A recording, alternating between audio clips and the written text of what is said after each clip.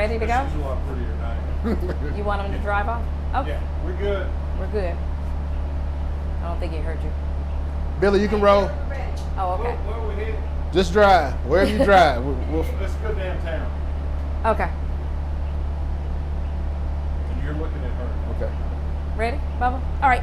For the record, spell your name, say your name, and tell me the title. Dinero Washington. That's Dinero Washington. I'm the Chief Executive Officer for SporTran. Say your name again. Dinero. I've been saying Dinero the whole time I've been here. Dinero. Okay. Are you from Shreveport? I am. Okay. Let's just talk about your job and the huge undertaking. You run SporTran. How many buses do y'all have? So we operate a little over 100 vehicles each day between our fixed route and our paratransit and on-demand service. All right, so when it was time to do this huge Humor and Harmony, and they're calling you and saying, Mr. Washington, we need some of your fleet, what do? You call the A-team. You know, I have an excellent team here, from transportation to safety to planning, that was able to provide the resources. They gave us a plan. They were able to bring back the feedback to my office to say, hey, this is what we feel like we need in order to make this event happen. The event actually changed from the stadium, and then we went back to drawing board, redraw the plan, was able to put together a successful event, a successful shuttles. One of the things that we wanted to make sure of is that we looked at our entertainment district very closely. That was something that, you know, the G-Unit team and the city of Shreveport pointed out to us as a highlight. So we wanted to make sure that we were able to highlight that area and make sure there was dedicated transportation in that particular area. We had an employee that actually attended, and she just raved about SporTran. She said, hey, you just parked at the mall and you jumped on, and if it was 2 people and it was time to go, they didn't have to wait for 30 people to get on the bus. It was constantly moving, and she says, I feel like we need to let more and more people know that. That's amazing that people, for next time, how do we let people know, hey, these buses are going to keep going. You're going to get to where you need to be quickly. Correct. I think that was huge. You know, as we continue to work with G-Unit and work with, 50 Cent and his team to make sure we're promoting the ultimate goal of making sure public transportation is available, but also making sure that people are able to get to where they want to go. We do this each and every day. It's a great means of transportation throughout our community that a lot of people do not realize is a valuable asset. You know, one of the things that I'm very keen on is I'm from the area, and I want to make sure that we provide the best transportation. Can we do improvements? Yes. That's why we're always in the community, trying to hear, trying to learn from the community and figure out ways that we can advance and increase public transportation, just like we did during that weekend. Did you ride buses when you were little downtown? I did one time. Okay. You know, when I went to Keysville, I grew up in the inner city in Queensboro. So one of the things that I was able to do is, I took a bus to Keysville every day, and it dropped me off at Winfield Funeral Home. To get back to Queensboro, I used to have to catch the bus at Hollywood and Jewella. I would take it from Hollywood and Jewella down to Jackson and Jewella, and get off and go home. So I did for a while. I feel like since I've known you, and just maybe not personally, but just seeing the different news releases that come and the improvements, I feel like the face of public transportation has changed in a great way. Tell me how you've been able to do that.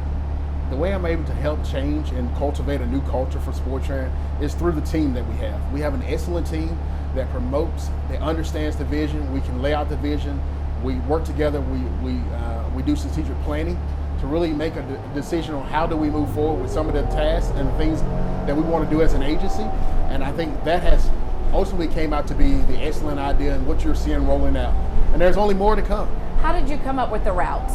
So how did we come up with the route? So one of the things that we did was we looked at where do people move and where can we get people in the fastest, most efficient way. How do we get dedicated lanes? Working with city engineer to get dedicated lanes to be able to get people in and out. Working with Shreveport Police Department to make sure there was officers there to direct the traffic. So working with those teams, working with those individual departments, working with city administration, we were able to design the routes and basically lay out a plan that did not put people in traffic, that kept the buses moving. Unlike, when you were stuck in gridlocking cars downtown, we were able to keep the buses moving because we had a dedicated plan that got you in and out of downtown. I assume that you've been in contact with G-Unit, or have you met 50 Cent? Yeah. Wow. So wow. Tell me what it was like meeting him, who he is, what he's like. So I think, his team and him has been a great asset. I think they are out to do whatever it takes to make Shreveport great. and bring about That's bring okay. about leave that word alone. Okay, that's okay. You can start bring over. about to bring about a new hope for our community, Yeah. and a new future for our community. I think they are really engaging in how we can make a difference throughout our community, and they want to be a part. That's what I can honestly say about what I've learned about him and his team, is that they truly want to be a part of our community. They want to understand what is our challenges and what do we need as resources to make those challenges great for Shreveport. So that's what we saw as a part of the fleet. There was no conversation or argument about what transportation was needed. Put the transportation out there, put the buses out there, make sure they're moving, was what we got from his team. Mr. Hall was a part of the table, Mr. Temple was at the table, and that was the message that we always heard was, get the buses out there and make sure this goes well, because as we do additional events, this is what they're going to want to see of how we make things go forward. What is this? Was this somewhere near the dome? Are we near the dome? The dome was actually right back here. Okay, so the dome was back there, and then what else? Where are we? We're in The dome was downtown. actually right there where that parking grass and light was down there. Okay, and then we had something where else? Where's Stageworks? Stageworks is down there too. Okay. So if you want him to turn and go down that way, we can. Okay, sure. Hey, Billy. Hey, take us down to Commerce. So, if you've been, and you've been a lifelong resident, so you've seen the ups and downs with violence in the area. Correct. During this festival, this 4-day festival, there was not one violent, I'm sure you had little misdemeanor things, but there was not a shooting, there was not a homicide. What does that mean? I think it means that, there was a lot of planning before.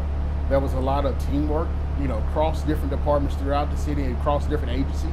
We all were at the table many days for many hours to talk about how did this work, even from the transportation. When you got to St. Vincent Mall, before you got on the buses, how you were one. We checked for guns, we checked for weapons. Before you went down, we had information about clear bad policies. So I think a lot of that helped. And then when you got to the events, we had teams that were working to make sure to ensure the safety of the public. So I think this meant a lot. This opens up the idea that people feel safety in the community the next time one of these events come around. And they'll understand that we also learned things from that event that we can do to make it even more safer, that we can improve transportation. So if you think last time was great, you just wait till next time, because we've already had those meetings where we talked about what was good, what worked great, what didn't work great, what we can make changes. And I think that's what you're going to see as we continue these type programs. Is Shreveport coming back? Shreveport is coming back for sure. I would definitely say Shreveport is headed in the right direction. I think it's now, leadership and administration has laid out a vision. They're working with some key stakeholders. I think it's the citizens of Shreveport and Bossier that's going to have to take a stake in what do we want to see our community look like.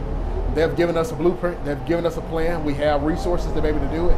Now it goes back to the citizens to take hold of the vision and run with it.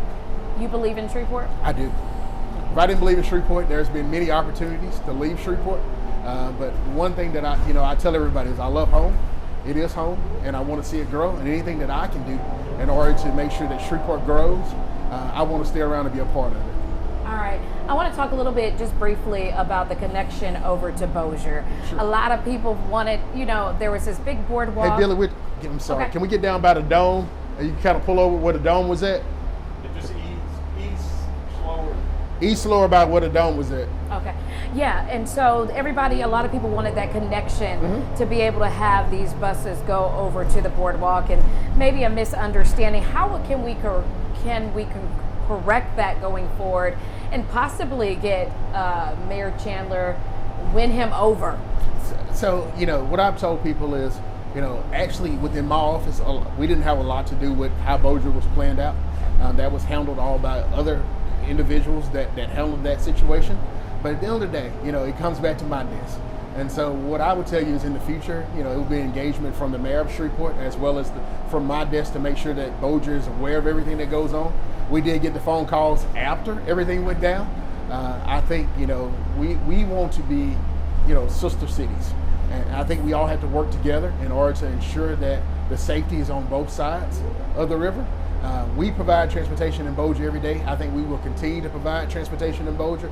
I think we will continue to put together a game plan that will open up opportunities for what's to come. And so what happened there, I think, was possibly a miscommunication between several different parties. But I would tell you, the ultimate goal is that I've spoken with the boardwalk since then. I spoke with the boardwalk when all this first started coming out. They were on board. The city of Bossier actually said that they didn't feel like they had the resources in order to support it. There was conversations about the CenturyLink Bossier Brookshire's Arena being offered up as a location. So as that location being offered up, one of the major things that we looked at is it doesn't work because we cannot put buses on the parkway. So if you can't get buses on the parkway, we're breaking laws to try to get to an arena. I did not know that. You can't put buses on the so parkway. There are no heavy-duty axle vehicles allowed on the parkway. So you'll never see like box trucks and 18-wheelers and buses on the parkways for that reason. So we were not allowed on the parkway. So there's a lot of things that we had to go through. With the timing, it wasn't available. But what we look forward to in the future is we're moving forward. It's a lesson learned.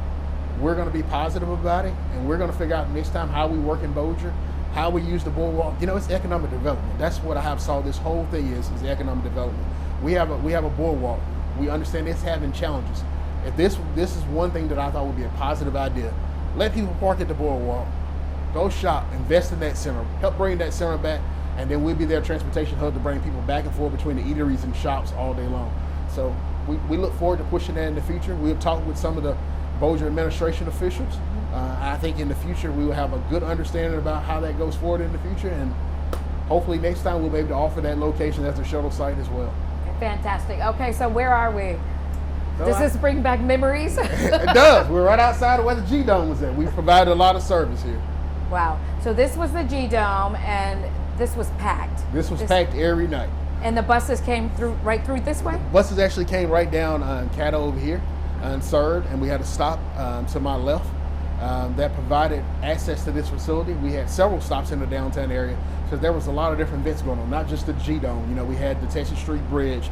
We had events at Valleys and Soundstown that was happening. We had events at Festival Plaza. And, we had the municipal connection. So we wanted to make sure that we had all those different connections in order to make sure we brought the entertainment back. And people didn't feel like they had to walk long distance to get there. Right. If you came out of Festival Plaza, you're trying to get to the G-Dome, there should be a bus outside of Festival Plaza waiting to get you to the G-Dome. You come out of the G-Dome and you were trying to get to Margaritaville. We still provided some service to Bossier. So we had a lot of service that went to Margaritaville and Horseshoe and Boomtown. And those shuttles were all pretty full for the most part. Even to 7 o'clock in the morning. The joke is should we ran the service to 7 o'clock in the morning? I said, you should have saw the bus loads we were taking out of the G-Dome between 5 and 6 o'clock in the morning getting back to St. Vincent Mall. That was our heaviest time. So I would tell everybody, it was a great time. We're not a 24-hour system. This was an opportunity for us to actually try out the 24 hours using an entertainment type standpoint. It worked very well. We saw over 57,000 riders use the service in a matter of 4 days just for that event. Over 100,000 people system-wide used the service in 4 days. So, with that being said, it was very successful. And we're very excited about what we can do in the future to make sure that Shreveport is back on the map. Well, I know that the morale, just from hearing from bus drivers, is already up. I hear about the great working environments that they have, and they speak very highly of SporTran. But what does this do when they actually had to participate? I mean, we were just joking about some of the drivers, but were they excited to be a part? They were a part of this. They were excited. You won't believe. It wasn't just, Shreveport riding the bus. We had a lot of tourists, a lot of guests in town. There were celebrities out and about. There were celebrities taking pictures with our operators. So they got to enjoy themselves. And so as a part of you coming to work, one of the things that I'm very big on is work-life balance. Everything that anybody will tell you at SporTran, I'm very big on how do we create work-life balance for all employees, from the way we create shifts or whatever it means. So I thought it was a great opportunity. Not only that, a lot of them had to work, but they had the opportunity to be able to enjoy some of the festivities, get off the buses, walk around a little bit, enjoy the festivities under the bridge for a little while. So I think it was very good for their morale. And it gives something that they can go back. I always tell people our bus operators are the ambassadors for Shreveport. And so a lot of times when people come to the Shreveport airport and they're trying to get downtown, one of the first faces they're going to meet and talk to will be one of my bus operators. Mm-hmm. So we have to make sure that they have a culture, they understand, and they are a true ambassador of what's happening here in Shreveport. So we try to make sure that message is out and shared with them each and every day. You ready next time? We're ready. All right, anything else you want to add? That's it. Bubba, what time are we?